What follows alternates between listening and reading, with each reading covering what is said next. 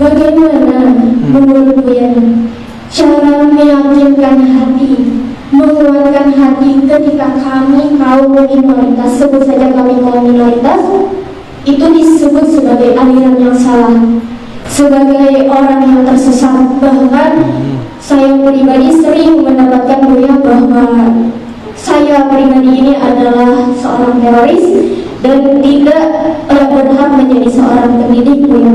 Bagaimana menurut Buya caranya untuk menguatkan hati? Terima kasih. Assalamualaikum warahmatullahi wabarakatuh. Ini suara hati nih Pak Wakil. Orang kita ini belum terbiasa melihat adinda bercadar, dan kebanyakan bercadar yang di framing teroris, akhir kena imbas lah ya.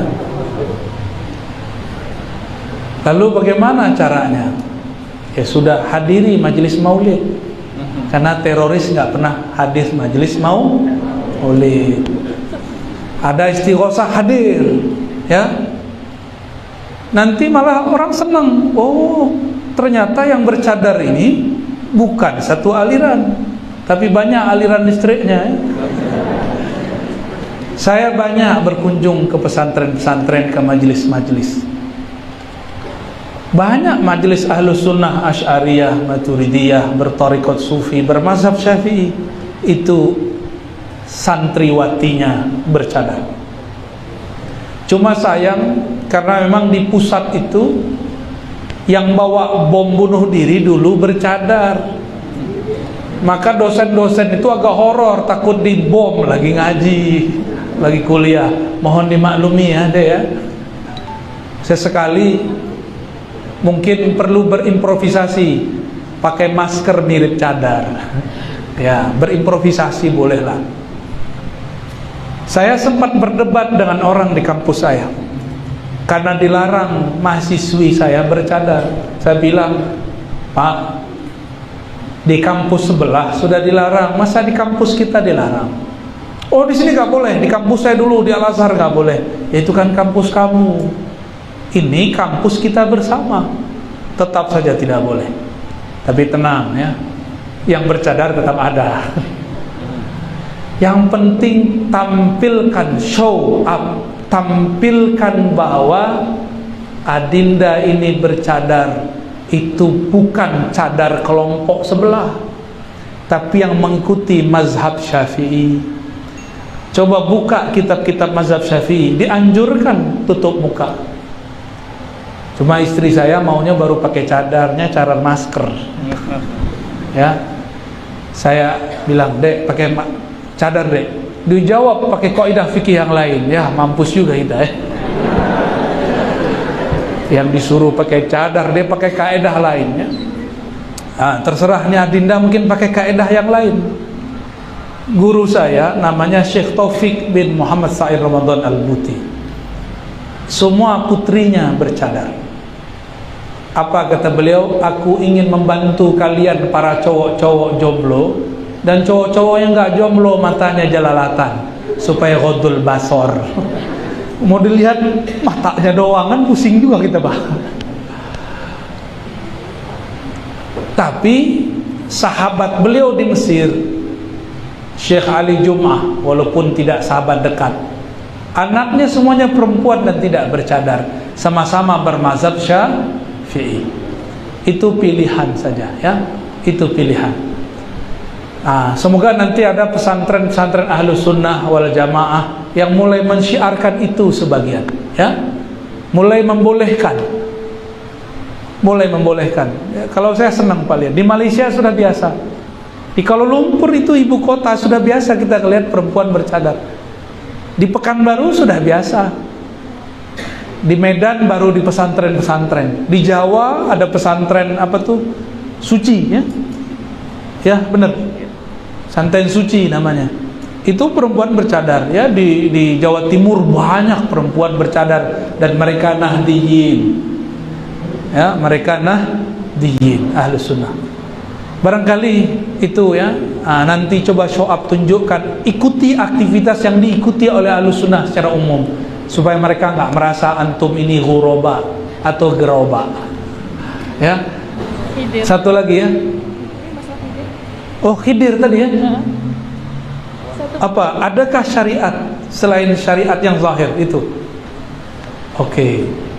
Syariat itu cuma satu. Namun beda Rasul, beda zahirnya. Risalah yang turun ke Nabi Musa itu risalah ahkam zahir, risalah hukum zahir, bunuh orang dikisos. Risalah yang turun ke Nabi Khidir Balya bin Mulkan itu bukanlah risalah hukum zahir, tapi hukum batin. Zahirnya membunuh, batinnya menyelamatkan. Zahirnya merusak kapal, batinnya menghidupkan semua laki-laki di kampung. Ini bayangkan ada kampung nelayan, semua laki-laki bekerja di laut mencari ikan. Di tengah laut ada perompak, siapa saja yang mendekat mati. Jika semua laki-laki pagi itu, siang itu mereka ikut berlayar, maka semuanya mati. Menjandalah semua perempuan di kampung itu. Nggak cukup Nabi Khidir dan Nabi Musa untuk mempoligaminya. Cuma dua. Ini sekampung, gimana cara poligaminya? Kecuali Nabi Sulaiman, istrinya 400, budak perempuannya 600, 1000. Tapi dia tidak punya anak satupun. Nabi Khidir merusak kapal supaya selamat orang. Apa pesannya? Jika engkau melihat ada orang berbuat salah, jangan langsung hukumi dia salah. Jika engkau melihat pemaksiat, jangan tuduh dia fasik.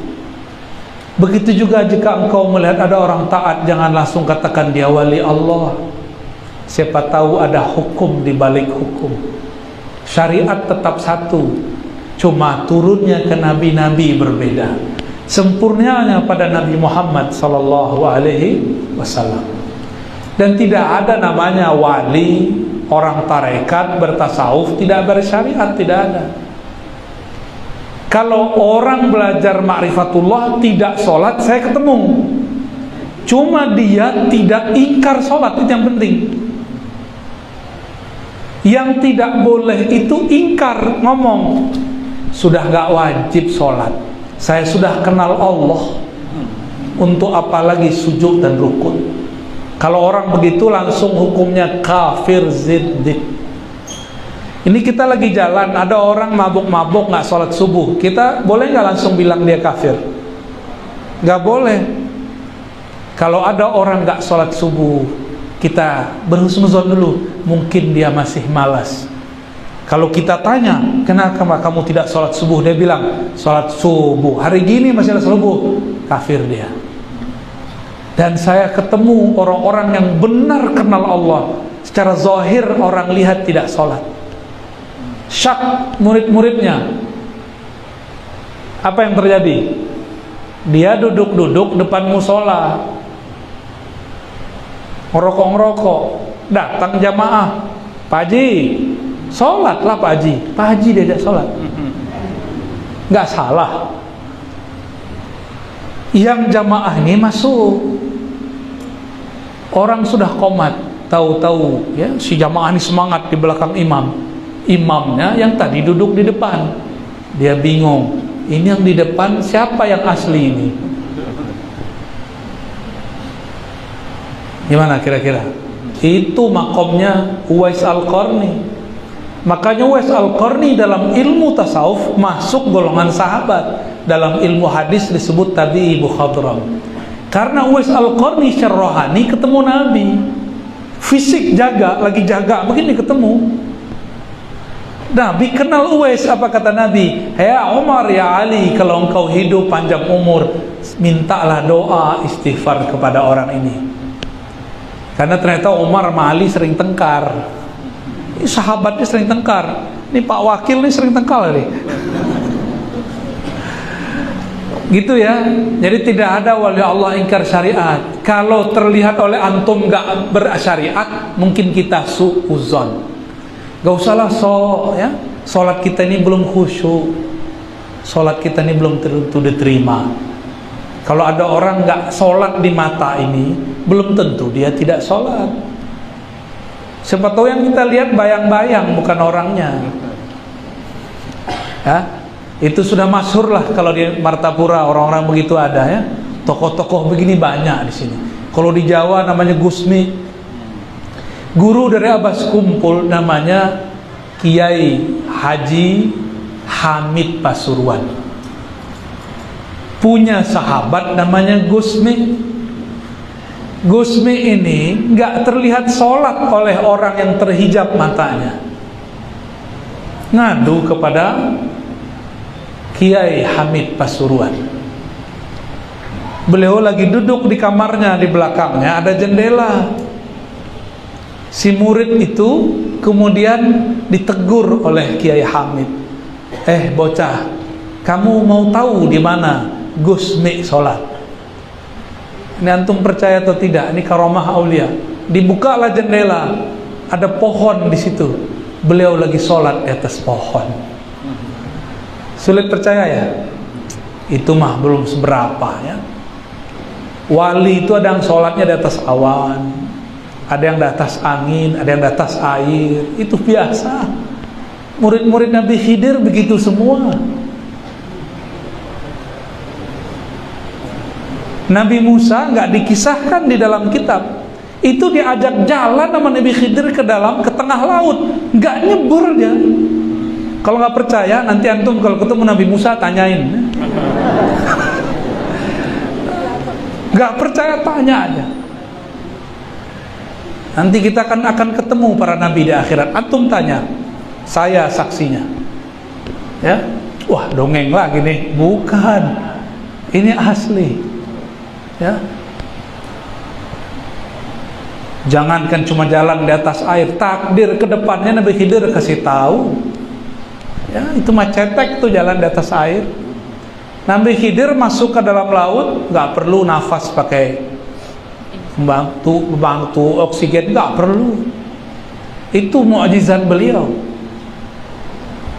Tapi lebih hebat Nabi Muhammad. Jibril nggak boleh naik ke aras Nabi Muhammad, naik ke atas aras. Semua nabi takluk di bawah kaki Nabi Muhammad sallallahu alaihi wasallam.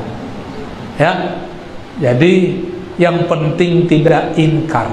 Jadi kalau ketemu nanti orang-orang begitu, tanya aja menurut dia sholat wajib apa enggak. Kalau dia bilang enggak wajib, itu wali setan ngomong Allah. Ya, ingat-ingat wali setan ini kalau ngomong makrifat tajam juga, tapi wa'rifatnya tidak usul, makrifat-marifatan.